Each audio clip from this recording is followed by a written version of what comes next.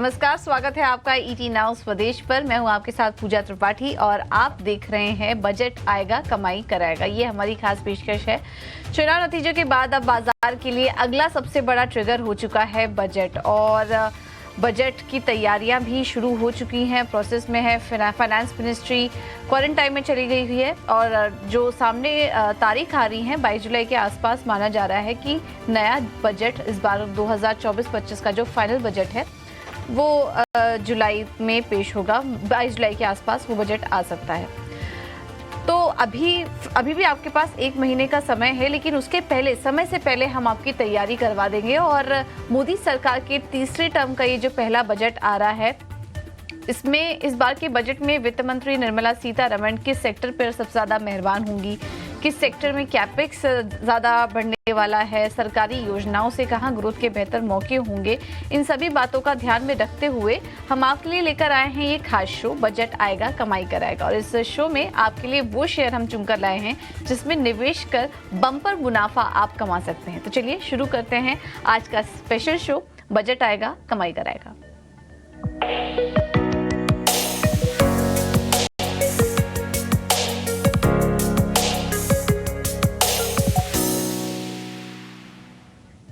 इस खास शो में हमारे साथ हमारे सभी मेहमान जुड़ चुके हैं। हमारे साथ मोतीलाल ओसवाल के राहुल शाह और हेम सिक्योरिटी से आस्था जैन मौजूद है। कुछ ही देर में हमारे साथ ब्लू ओशन स्ट्रैटेजी से एडवाइजर से आशीष माहेश्वरी भी जुड़ेंगे। आप दोनों का ही बहुत बहुत स्वागत है पहले तो शो पर। पहले तो इस बजट के बारे में आपको कुछ बता दें, क्योंकि आप सोच रहे होंगे कि एक साल में 2 बार बजट, ये चुनावी साल था। एक बजट जो 1 फरवरी को आया था वो अंतरिम बजट था। अब नई सरकार आने के बाद ये जो मोदी सरकार आई है, अपने तीसरे कार्यकाल की शुरुआत करेंगे, उसका ये पहला और फाइनल बजट आएगा जुलाई में, जिसमें कि वो फाइनल बजट, क्योंकि एक फरवरी को जो पेश किया था वो अंतरिम बजट था और उसमें काफ़ी सारी चीज़ें हुई थी। कैपेक्स, इंफ्रा पर तो सरकार का फोकस था ही। इसके अलावा आत्मनिर्भर भारत को लेकर भी काफ़ी ज़्यादा फोकस में थी ये वाली सरकार। और 4 पिलर्स की बात की थी। पहले तो वुमेन को पर उन्होंने बात की थी, यूथ को लेकर उन्होंने बात की थी, गरीब और किसान, इन पर भी काफ़ी फोकस रहेगा और इनका विकास होगा तो भारत का विकास होगा। इस तरह की बातें वित्त मंत्री ने अपने पिछले बजट में, यानी कि पिछले अंतरिम बजट में उन्होंने की थी। तो इस बार के बजट में वहाँ से कितनी कंटिन्यूटी दिखाई देगी, क्या कुछ एक्सपेक्टेशन है, ये हम समझने की कोशिश करेंगे। और बजट कैसा भी आए, लेकिन आपकी कमाई होनी चाहिए। और हम ऐसे स्टॉक्स आपके लिए लेकर आएंगे जहाँ पर कि आज से लेकर अगले बजट तक अगर आप नजर रखेंगे तो आपकी कमाई हो सकती है, और लॉन्ग टर्म के लिए भी हम बात करेंगे। आस्था, आपसे पहले शुरुआत करेंगे। तो ये जो बजट आ रहा है, किस तरह के अनाउंसमेंट आप एक्सपेक्ट कर रही हैं? क्या वित्त मंत्री खुश करेंगी? कुछ ऐसा कुछ सरप्राइज अनाउंसमेंट हो पाएगा इस बार? गुड आफ्टरनून पूजा। देखिए, बिल्कुल ये जो बजट आ रहा है ये एक बहुत ही बढ़िया बजट होने वाला है। और जिस तरह से मोदी 3.0 जो अब यहाँ पे चलने वाली है, जो एक थीम, वो मुझे लगता है कि उसके तहत बजट बढ़िया यहाँ पे रहेगा और सभी तरह के सेक्टर्स यहाँ पे बढ़िया, मुझे लगता है कि एक मिलता हुआ नजर आएगा, एक बूम मिलता हुआ नजर आएगा। सबसे पहले अगर बात करें तो एग्री सेक्टर में मुझे लगता है कि काफी बढ़िया रिफॉर्म्स होते हुए नजर आएंगे, क्योंकि जिस तरह से हमने देखा कि इलेक्शंस के दौरान भी इस बात पे सबकी नजर गई कि एग्री सेक्टर एक बहुत अहमियत यहाँ पे रखता है। तो डेफिनेटली ये एक सरकार के रडार पे सबसे पहला सेक्टर है और इसको काफी ज्यादा प्राथमिकता दी जाएगी। तो मुझे लगता है एग्री रिलेटेड जितना भी यहाँ पे सेक्टर्स हैं, चाहे से वो फर्टिलाइजर सेक्टर्स हो, चाहे से वो एग्री डिमांड रिलेटेड जो भी सेक्टर होते हैं, एफएमसीजी वगैरह, तो काफी अच्छा मेरे को लगता है कि मोमेंटम हमें इन सभी तरह के सेक्टर्स में देखने को मिलेगा। दूसरी तरफ केपेक्स की बात करें तो बिल्कुल गवर्नमेंट के रडार पे जो शुरू से रहा है, तो कैपिटल गुड सेक्टर के लिए भी मुझे लगता है कि बजट एक बढ़िया सौगात लाता हुआ नजर आएगा। और तीसरी तरफ डिफेंस से भी हमें काफी ज्यादा उम्मीद है कि डिफेंस के क्षेत्र में और ज्यादा यहाँ पे कदम बढ़ाए जाएंगे, जो कि इस क्षेत्र को एक तेजी देता हुआ नजर आएगा। तो मुझे लगता है बजट बढ़िया होगा। जो उम्मीदें की गई हैं उनसे भी मैं तो काफी अच्छा मानती हुई चल रही हूँ और मुझे लगता है कि स्टॉक मार्केट्स में जो ये तेजी है ये आगे भी जारी रहेगी। बिल्कुल। तो agri, rural, FMCG, capex, defence, ये एक कुछ की सेक्टर्स होंगे, की एरियाज होंगे जिस पर कि इस बार सरकार का फोकस रहेगा। तो चलिए, सरकार की तो तैयारी शुरू हो चुकी चुकी है, फाइनेंस मिनिस्ट्री क्वारंटाइन में भी जा चुकी है और वहाँ पर तो उन्होंने तैयारी अपनी शुरू कर दी है अगले बजट की। अब हम भी यहाँ से आपकी तैयारी आज से शुरू कर देंगे और आपको पहले ही बता देंगे कि आपको कौन कौन से स्टॉक्स पर नज़र रखनी है। हमारे साथ राहुल शाह भी मौजूद हैं और ब्लू ओशन स्ट्रैटेजी एडवाइजर से आशीष महेश्वरी भी हमारे साथ जुड़ चुके हैं। अब राहुल जी, सबसे पहले आपसे शुरुआत करेंगे। बताइए, इस श्रेणी में आपका फोकस कहाँ है, किस सेक्टर से जुड़े अनाउंसमेंट आप एक्सपेक्ट कर रहे हैं और आपकी तरफ से पहला शेयर भी बताइए। हाय, गुड आफ्टरनून। आई थिंक दो चीज है बाजार में। आई थिंक हम देख रहे हैं फोकस जो गवर्नमेंट का रहा है। हम लास्ट ये थर्ड टाइम मोदी जी की गवर्नमेंट आ जाएगी तो हम देखें कि लास्ट 10 साल के अंदर हम देखा है तो एक सबसे बड़ा विजिबल फैक्टर देखा है कि स्पेंडिंग ऑन डिफेंस। हम देखें 2014 में जो डिफेंस का स्पेंडिंग था और आज की तारीख में डिफेंस का स्पेंडिंग है overall of the part of the expense जो उन्होंने किए हैं, तो आप समझिए कि 10% कैगर ग्रोथ ओवरऑल स्पेंडिंग की तरफ देखने को मिला है डिफेंस के अंदर। तो मेरे ख्याल से जिस तरह से हमने जो देखे तो 5 लाख करोड़ तरीका स्पेंडिंग देखने को मिल रहा है अभी की तारीख में। तो लग रहा है ऐसा कि ये स्पेंडिंग कंटिन्यूड रह सकता है, फोकस रह सकता है। ऐसा नहीं है कि ग्लोबली हमने देखा है कि डिफेंस पे स्पेंडिंग करते हुए देखने को मिला है। तो ये एक सेक्टर के अंदर मुझे लग रहा है कि गवर्नमेंट का फोकस जारी रह सकता है। सेकेंडली, इंटरेस्टिंगली हम देख रहे हैं कि इंफ्रास्ट्रक्चर तो फोकस काफी टाइम से रहा है और ये मेरे ख्याल से अभी भी जारी रह सकता है ये बजट के अंदर के में भी। तो मुझे लग रहा है कि अभी भी ओवरऑल इंडिया में काफी गुंजाइश है ये spending on infrastructure compare to other countries हम देखें तो मेरे ख्याल से इंफ्रा स्पेंड कंटिन्यू रह सकता है। थर्डली, आई थिंक हाउसिंग का आप देखें तो थीम मेरे ख्याल से हाउसिंग फॉर ऑल ये काफी टाइम से उन लोगों का फोकस रहा है। तो मुझे लग रहा है कि हाउसिंग सेक्टर में भी कुछ ना कुछ बेनिफिट्स देखने को मिल सकते हैं। तो ये तीनों सेक्टर फोकस में रह सकते हैं बजट के अंदर और मुझे लग रहा है कि काफी सेक्टर और स्टॉक्स भी फोकस में है इनके रडार पे। हम देखें कि लास्ट 2 साल के अंदर अच्छे खासे मोमेंटम भी देखने को मिले यही सब सेक्टर के अंदर। तो सबसे पहला रिकमेंडेशन में बात करूंगा तो आई थिंक हाउसिंग की बात करें तो पीएनबी हाउसिंग मैंने चुना है कि एक बजट थीम के ऊपर और लिया जा सकता है। हमने देखा है कि लास्ट 2 साल के अंदर रियल एस्टेट स्टॉक्स में तो अच्छी खासी बढ़ोतरी देखने को मिली ही है। तो और जिस तरह से हमने देखा है कि रियल एस्टेट में मोस्ट ऑफ द कंपनीज ने गाइडेंस जो दिया है 20 से 25% का सेल्स ग्रोथ की गाइडेंस दी है ये साल के अंदर। तो सीधा मेरे ख्याल से costly to play real estate stocks में भी तो मेरे ख्याल से होगा हाउसिंग फाइनेंस। तो सबसे ज्यादा बेनिफिट होगा हाउसिंग फाइनेंस। और बजट की भी बात करें तो मैं हाउसिंग फॉर ऑल ये सब कितने टाइम से मोदी गवर्नमेंट का ये फोकस रहा है तो I feel that PNB housing इसमें से पूरे हाउसिंग सेक्टर के अंदर से मुझे लग रहा है बहुत ही सस्ता है। 1 टाइम बुक पे ट्रेड होता हुआ देखने को मिल रहा है और जो मैनेजमेंट के ये क्वार्टर के नंबर्स के बाद उन्होंने जो गाइडेंस दी है तो 17% कंपाउंडिंग लोन ग्रोथ की गाइडेंस दी है FY27 के लिए और जिस तरह से 23% की प्रॉफिट की भी गाइडेंस दी हुई FY27 के लिए। तो मुझे लगता है ये और गोइंग फॉरवर्ड जो मैनेजमेंट का गाइडेंस है कि उनका कॉस्ट ऑफ बोरोइंग घटता हुआ आएगा और ऑब्वियसली रिफ्लेक्टेड है आपके कि क्रेडिट रेटिंग एजेंसीज के रेटिंग अपग्रेड्स आते हुए देखे तो 15 से 20 बेसिस पॉइंट उनका क्रेडिट कॉस्ट भी घटते हुए देखने को मिलेगा। तो मेरे ख्याल से risk versus reward, focus by government, housing, technology को स्पेंड करने की बात कर रहे हैं, पीएनबी हाउसिंग ग्रो करने की बात कर रहे हैं अफोर्डेबल हाउसिंग से तो सबसे ज्यादा फोकस गवर्नमेंट का भी यही रहेगा अफोर्डेबल पे, हाउसिंग फॉर ऑल पे।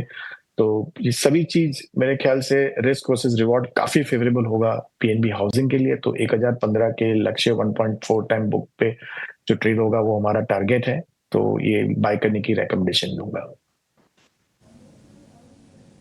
राइट तो हर एक फंडामेंटल हर एक फैक्टर समझाया कि अभी राहुल जी ने कि उन्हें पीएनबी हाउसिंग क्यों अच्छा लग रहा है। 1 महीने के लिए 1015 के टारगेट्स के लिए आप यहां पर खरीदारी करके चल सकते हैं। अगले स्टॉक के लिए चलते हैं आशीष जी के पास। Ashish ji, good afternoon. बताइए आप क्या कुछ एक्सपेक्ट कर रहे हैं इस बार के बजट में और आपकी तरफ से आप पहला स्टॉक भी बताइए। बहुत ज्यादा समय नहीं लूंगा मैं बजट को एनालाइज करने के लिए, बट फिर भी मेरा मानना है कि इस बजट में हेल्थ केयर, रेलवे और डिफेंस, ये जो 3 सेक्टर हैं यहाँ पर अच्छा बल दिया जाएगा और काफी बजटरी एलोकेशन होगा जिसके कारण से इस सेक्टर के स्टॉक्स में अच्छा मोमेंटम आप देख सकते हैं।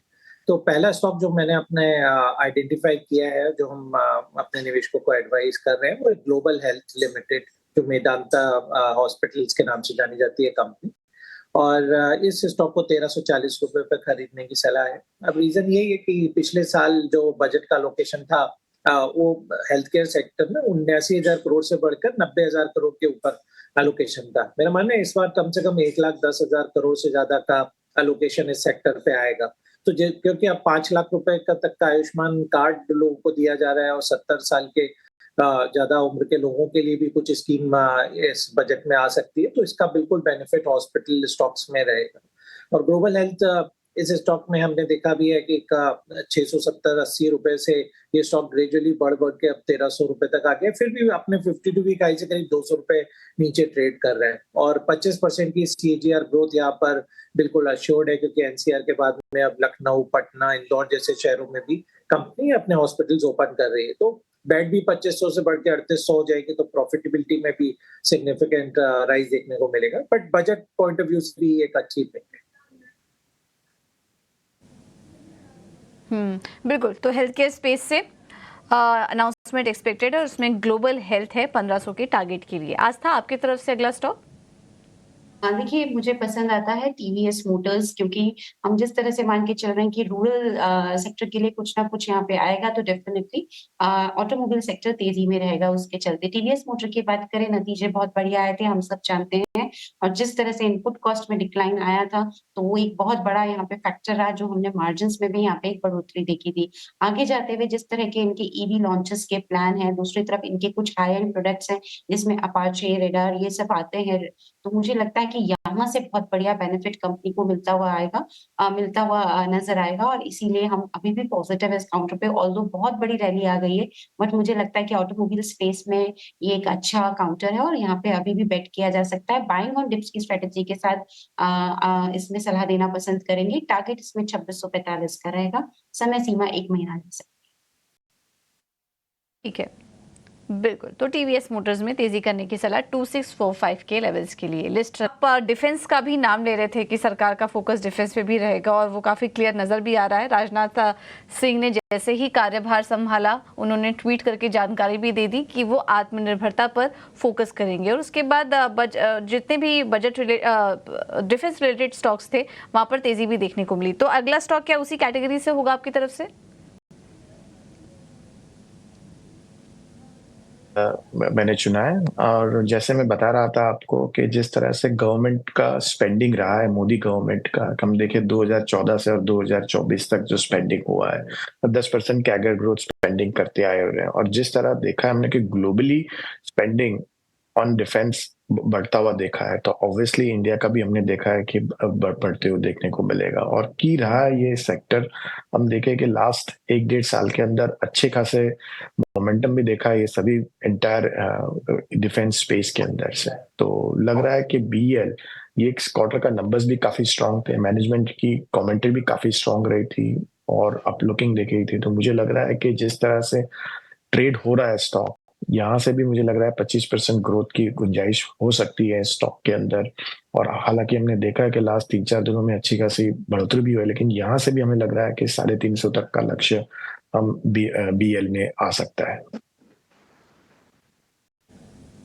ठीक है, 1 महीने के अंदर 350 का लक्ष्य BEL पर। आशीष जी, आपको भी डिफेंस स्पेस से कुछ पसंद आ रहा है?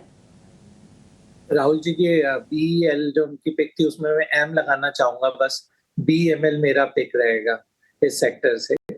और मेरी सलाह रहेगी कि इस स्टॉक में बिल्कुल इमीडिएट बाइंग की जा सकती है। 48 रुपए से ज्यादा के लक्ष्य भी यहाँ पे पॉसिबल है। अब रीजन ये है कि इस बजट में यदि रेलवे का बजट देखें तो 2.5 लाख करोड़ के आसपास का बजट था इस साल में, और जिस हिसाब से वंदे भारत ट्रेन्स और बिना रिजर्वेशन के और कोई वेटिंग नहीं है, इस टाइप की जो स्कीम गवर्नमेंट प्लान कर रही है, तो बहुत सारी नई ट्रेन और नई रैक्स की रिक्वायरमेंट रहेगी। ये जो BML जिस सेगमेंट में ऑपरेट करता है, वो है माइनिंग, डिफेंस और रेलवे और मेट्रो ट्रेन। यहाँ पे इनकी काफी बेहतरीन ऑर्डर बुक भी बनी हुई है।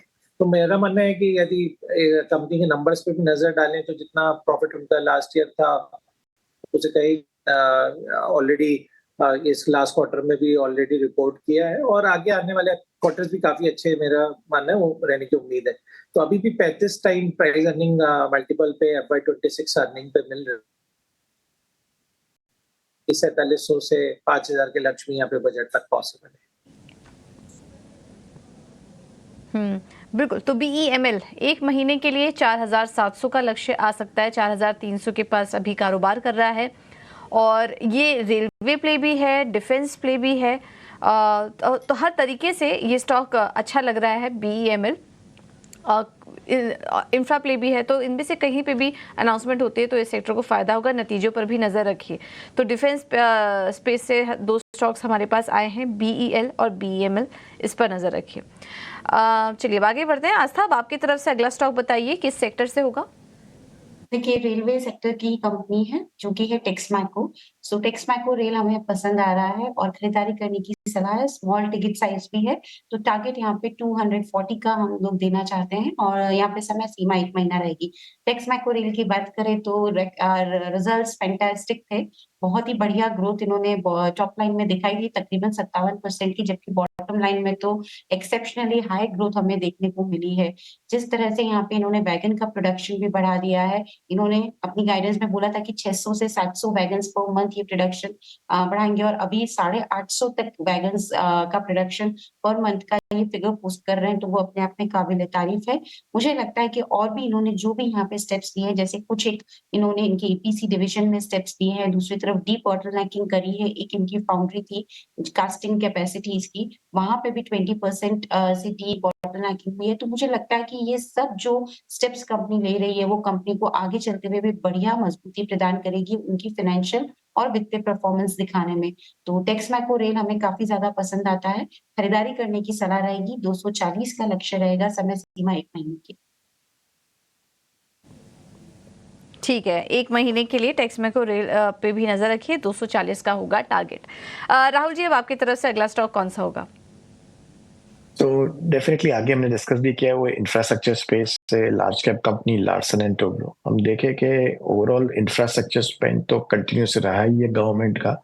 मुझे लग रहा है कि ये लार्सन को भी बेनिफिट हो सकता है और स्टॉक चल भी सकता है। और जिस तरह से ये क्वार्टर के नंबर्स आए थे और हमने देखा है कि जो जिस तरह से फोकस रहा और मैनेजमेंट का गाइडेंस रहा है कि 20% ग्रोथ को उन्होंने जो देखे इंफ्रास्ट्रक्चर्स के अंदर, डोमेस्टिक के अंदर, और ऑब्वियसली 38% उनका ग्लोबल स्पेंड भी है कंपनी का in terms of infrastructure as a book. तो मेरे ख्याल से फोकस उनका जो ब्रिजेस पे है, जिस तरह से यहाँ पे रोड इंफ्रास्ट्रक्चर पे है and so on and on, सभी सेक्टर के अंदर लार्सन का फोकस जो रहा है वो मेरे ख्याल से कंटिन्यूड रह सकता है। प्लस जिस तरह से मैनेजमेंट ने गाइडेंस दी है तो मुझे लग रहा है कि 20% गाइडेंस प्लस हम देखें 25 टाइम अर्निंग पे ट्रेड हो रहा है कोर बिजनेस, और 25% हम डिस्काउंट दे होल्डिंग कंपनीज की जो उनकी जो वैल्यूएशन पे, तो मुझे लग रहा है 4000 का लक्ष्य इजिली लार्सन के अंदर आ सकता है। ईजिली आ सकता है 4000 का लक्ष्य अगले 1 महीने में। और इंफ्रा और कैपेक्स, ये तो थीम पर हर सरकार का फोकस रहता ही है और उसमें ज़्यादा दिमाग क्यों लड़ाना। सेक्टर के दिग्गज के साथ जाइए, लीडरशिप जो पोजीशन वाली कंपनी उनके साथ जाइए, और उसमें L&T का ही नाम सामने निकल कर आता है। 1 महीने के लिए 4000 का लक्ष्य देख रहे हैं राहुल इस कंपनी में। आशीष जी, आपको अगला सेक्टर, अगली कंपनी कौन सी अच्छी लग रही है? जो अगला सेक्टर डिफेंस का, और जो कंपनी है वो वर्ल्ड की नंबर 1 एक्सप्लोसिव कंपनी है जो इंडिया से है, वो है सोलार इंडस्ट्रीज लिमिटेड। इस स्टॉक ने बहुत ही बेहतरीन रिटर्न दिए हैं निवेशकों को और मुझे लगता है कि आगे भी काफी अच्छे रिटर्न्स यहाँ आते रहेंगे। अब रीजन ये है कि जो उनके पास में ऑर्डर बुक है, करीब 5000 करोड़ की ऑर्डर बुक है, उसमें से 2500 करोड़ डिफेंस के ऑर्डर है। और डिफेंस के ऑर्डर इंडिया से और एक्सपोर्ट के बहुत बढ़ते जा रहे हैं, क्योंकि आप देख रहे हैं दुनिया भर में जो अनसर्टेनिटी बनी हुई है, रशिया, यूक्रेन, गाजा, इजराइल, तो उसके बाद में जो डिफेंस बजट है, पाकिस्तान जैसी कंट्रीज ने भी 4% अपना डिफेंस बजट बढ़ा दिया, तो आप इमेजिन कर सकते हैं कि डिफेंस में क्या हो रहा है। तो बिल्कुल सोलार इंडस्ट्रीज मुझे काफी पसंद है। सिर्फ 4% फ्लोटिंग स्टॉक है इस कंपनी में और काफी बड़ी इंस्टीट्यूशनल होल्डिंग है। तो इस स्टॉक पर मैं काफी बुलिश हूँ। 11000 से ऊपर के लक्ष्य आज जल्दी पॉसिबल है। राइट। सोलर इंडस्ट्रीज बेहतरीन कंपनी, बेहतरीन फंडामेंटल्स, 11,000 का लक्ष्य अगले 1 महीने के लिए देख रहे हैं आशीष जी। आस्था जी, आपकी तरफ से अगला और आखिरी स्टॉक। देखिए कंपनी जो है वो केमिकल सेक्टर की कंपनी है और वो है रोज़ारी बायोटेक। रोज़ारी बायोटेक को खरीदारी करने की सलाह रहेगी 825 के लक्ष्य के लिए, समय सीमा 1 महीने की। कंपनी के नतीजे काफ़ी अच्छे आए थे, लेकिन जो इनका मेजर सेगमेंट है जहाँ से मेजर रेवेन्यू आता है वो है home personal care performance cleaning segment, तो वहाँ से बहुत बढ़िया परफॉर्मेंस हमें देखने को मिली है। दूसरी तरफ जो इंस्टीट्यूशनल क्लीनिंग सेगमेंट है वहाँ पे भी अब बढ़िया परफॉर्मेंस देखने को मिल रही है, क्योंकि ये स्पेशली इंस्टीट्यूशनल क्लीनिंग सेगमेंट किनको कैटर करता है, रेलवेज को, हॉस्पिटल्स को, जो कि स्पेसिफाइड क्लीनिंग में काम में लेते हैं केमिकल्स, तो वहाँ पे इनकी परफॉर्मेंस बहुत अच्छी है और वो एक ऐसा सेगमेंट है जो आगे जाके एक बड़ा ग्रोथ ड्राइवर कंपनी के लिए हो सकता है। तो ये कंपनी हमें पसंद आती है। केमिकल सेक्टर की ज़रूर से ये कंपनी है, लेकिन मुझे लगता है कि इस पे भी एक नज़र बनानी चाहिए। 825 के लक्ष्य के लिए खरीदारी करने की सलाह रहेगी 1 महीने की समय सीमा को ध्यान में रखते हुए। ओके, रोज़ारी बायोटेक 825 का लक्ष्य के लिए। एक क्विक रिकैप आपके लिए चला देते हैं, अगर आपसे कुछ स्टॉक मिस हो गया हो तो वापस से देख लीजिए और कहीं नोट डाउन कर लीजिए। ध्यान रखिए सारे जो टारगेट्स हमने आपको बताए हैं ये 1 महीने के लिए ही हैं, तो 1 महीने में ही आपको ये स्टॉक्स कमाई करा के देके जा सकते हैं अगले बजट तक। तो इसमें पीएनबी हाउसिंग 1015 के लक्ष्य के लिए, ग्लोबल हेल्थ पर नजर रखिए 1500 के टारगेट्स के लिए, टीवीएस मोटर्स आस्था जी ने रिकमेंड किया है 2645 के टारगेट्स वो देख रही हैं। अगला स्टॉक यहाँ पर राहुल जी की तरफ से था बीईएल 350 के लक्ष्य के लिए, बीईएमएल आशीष जी ने सुझाया 4700 का टारगेट वो देख रहे हैं इस कंपनी में। इसके अलावा टेक्स मैको रेल पर भी नजर रखिए 240 के लक्ष्य के लिए। एलएनटी ये भी स्टॉक फोकस में रह सकता है, अगले 1 महीने में 4000 तक के लेवल्स आ सकते हैं। आगे बढ़ते हैं, सोलर इंडस्ट्रीज 11000 के लक्ष्य आ सकते हैं 1 महीने में, और रोज़ारी बायोटेक ये आज का आखिरी स्टॉक था, 825 के लक्ष्य आ सकते हैं, अगले 1 महीने का टारगेट आपकी स्क्रीन पर चल रहा है, तो नोट डाउन कर लीजिए, चाहिए तो स्क्रीनशॉट ले लीजिए। मिस हो गया अगर आपसे ये एपिसोड तो यूट्यूब पे जाकर आप वापस से देख सकते हैं। सभी मेहमानों का बहुत बहुत धन्यवाद, आशीष जी, आस्था जी, राहुल जी, आप सभी का बहुत बहुत धन्यवाद ये बेहतरीन रणनीति हमारे दर्शकों को सुझाने के लिए। फिलहाल इस शो में इतना ही, मुझे दीजिए इजाजत, नमस्कार।